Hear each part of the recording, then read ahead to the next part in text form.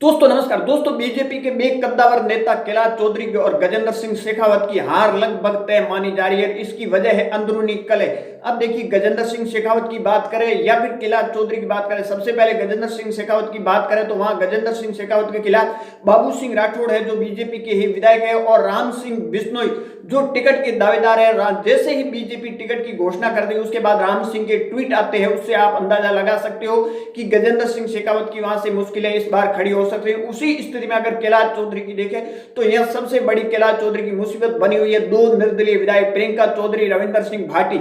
अब प्रियंका चौधरी के साथ कुछ दिन पहले कॉलेज के अंदर जिस तरह बीजेपी के तमाम नेता मंत्रीगण मौजूद थे और प्रियंका चौधरी के जो समर्थक थे उन पर केस लाद दिए गए और किस तरह से हरासमेंट किया गया, और उसके बाद उनके प्रियंका चौधरी के समर्थक है उनको हॉस्पिटल तक एडमिट कराना पड़ा, और उसके बाद जो भी ये केस वापस नहीं लिए गए। और उनके साथ रविंदर सिंह भाटी जो निर्दलीय चुनाव लड़ने के लिए ताल ठोक चुके हैं। तो कहीं ना कहीं ये कैलाश चौधरी और गजेंद्र सिंह शेखावत के लिए इस बार लोकसभा चुनाव की जो जीत है वो आसान नजर आती हुई अभी तक तो दिखाई नहीं दे रही है, क्योंकि जिस तरह स्थिति बनी हुई है पार्टी के अंदर खाने या फिर पार्टी के बाहर की।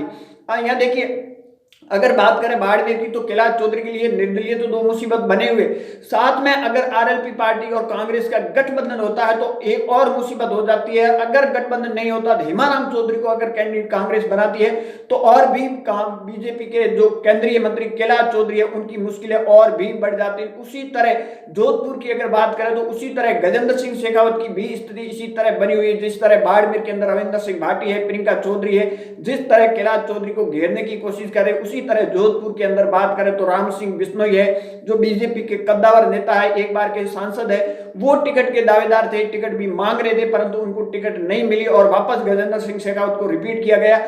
और वहीं के विधायक बाबू सिंह राठौड़, शेरगढ़ के विधायक, वो भी मोर्चा खोले हुए बैठे हैं। तो कहीं ना कहीं गजेंद्र सिंह शेखावत हो या फिर कैलाश चौधरी, इन दोनों के लिए इस बार है वो कहीं ना कहीं मुसीबत है वो सामने सामने नजर आ रही है। 2024 के लोकसभा चुनाव के अंदर कांग्रेस बीजेपी ने पहली लिस्ट के अंदर इन दोनों प्रत्याशियों को भले ही घोषित कर दिया, परंतु इनकी जो मुसीबत है वो कम होने का नाम तक नहीं ले रही है। जिस स्थिति में आज बनी हुई है उस स्थिति में यह साफ साफ लग रहा है कि बीजेपी ये दोनों सीटें अपने हाथ से गंवा सकती है, इस तरह की भी जानकारी मिल रही।